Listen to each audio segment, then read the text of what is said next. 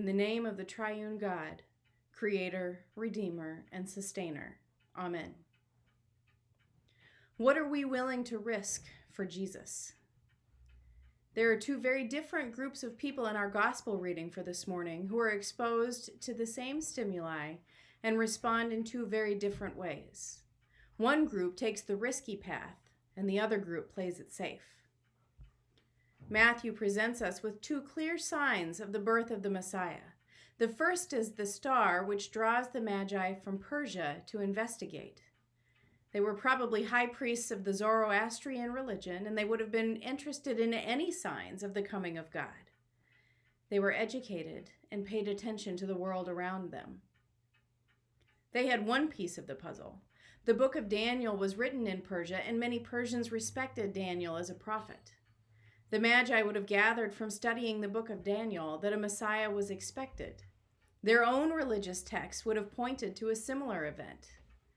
But they didn't just look down at their books. They looked up and out at the world, actively looking for signs of God at work. So when the star appeared, they were ready to follow it. It led them to Judah, where they naturally went to the center of power, Jerusalem.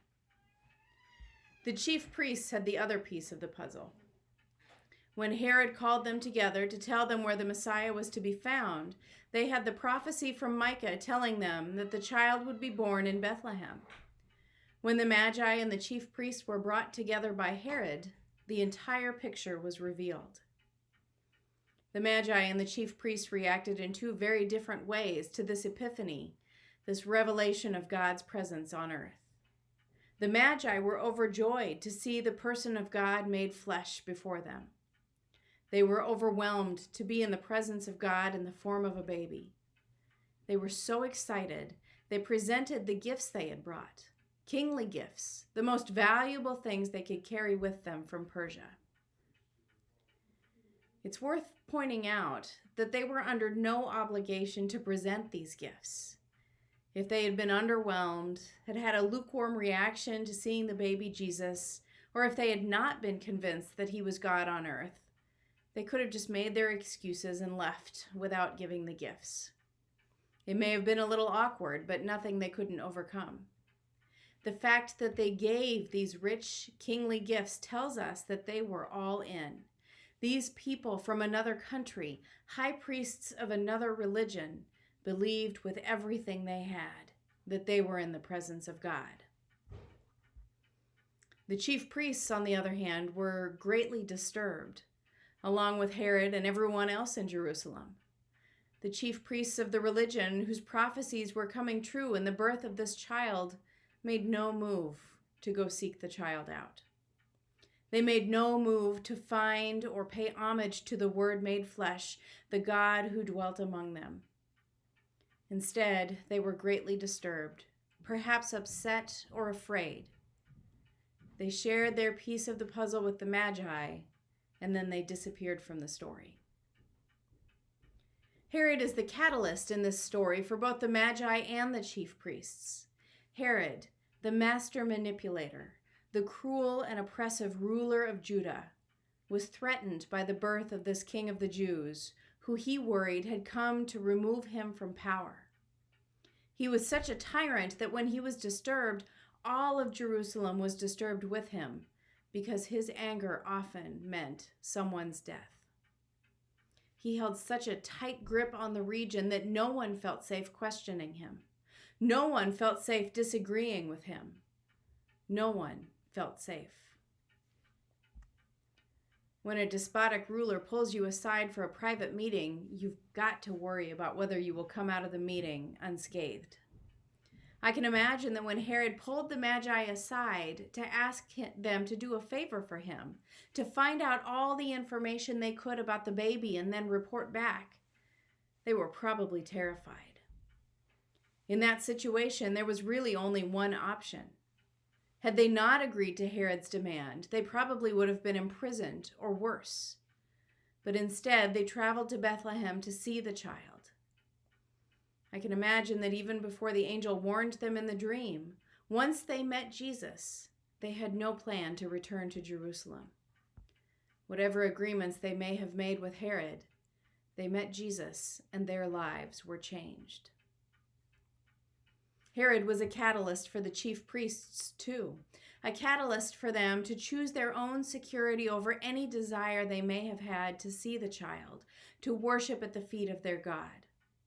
They had substantial power in the community, but they knew that they held this power at the sufferance of Herod. They knew that if they went against Herod's wishes, they would likely be killed. And Herod's wish was to remain in power at all costs. We don't know what their hearts were leading them to do. It could be that they too felt the pull of the star, the need to worship at the manger. Or it could be that they were so enamored of their own power that they had no desire to see the one who could challenge it.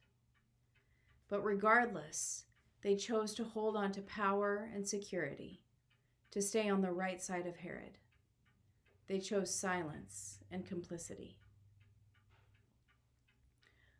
What do we choose when confronted with the Christ? What are we willing to risk for Jesus? This has always been an important question. Right now, it is a crucial question.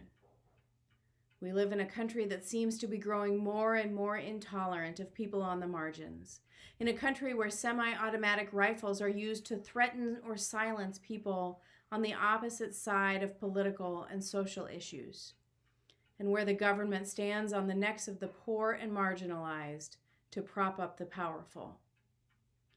We live in a time when fascist beliefs and forces are gaining strength, not only in far-flung countries, but even here at home.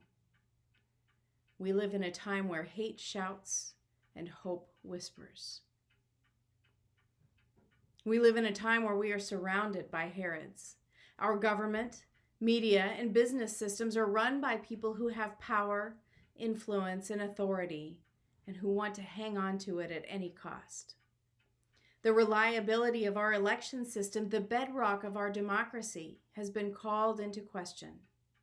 News outlets tell us something is true just because they say it is, regardless of the facts. Businesses sell us on devices and programs that make our lives easier, while lining the pockets of the richest of the rich and slowly dismantling our privacy. But where is Christ in all of this? What role does faith have to play in the face of politics, of business, of media? To an extent, that depends on us. That depends on how we choose to respond to the Herods whose influence works upon our lives. Do we choose to be disturbed when they are disturbed? Do we choose to protect our own security in whatever power we have, believing that our security and power derives from the powerful around us? Do we buy into the hate and violence, the rhetoric of scarcity that keeps the poor and marginalized in their place, while the rich and powerful get richer and more powerful? Do we stay silent in the face of the harmful, hateful rhetoric that has been building and building? Or do we recognize that Christ's coming turns the world upside down? Do we recognize that when Jesus comes, the threat he poses to the Herods of the world is not to displace them, but instead to dismantle the structures from which they get their power? Do we choose to speak and act in ways that challenge the hate and strengthen the hope? This is a difficult thing to do. Sometimes we run into a barrier of our own fear of angering someone we love, or fear of conflict, or fear of being dismissed and ridiculed. Sometimes we feel like we are just one more voice in the cacophony of social media posts, news articles, and opinion pieces. Sometimes we feel like we just don't have it in us to fight this particular battle, whatever battle we're facing. And so maybe we go along to get along. Maybe we agree to disagree. But there are some things that are worth too much to agree to disagree about.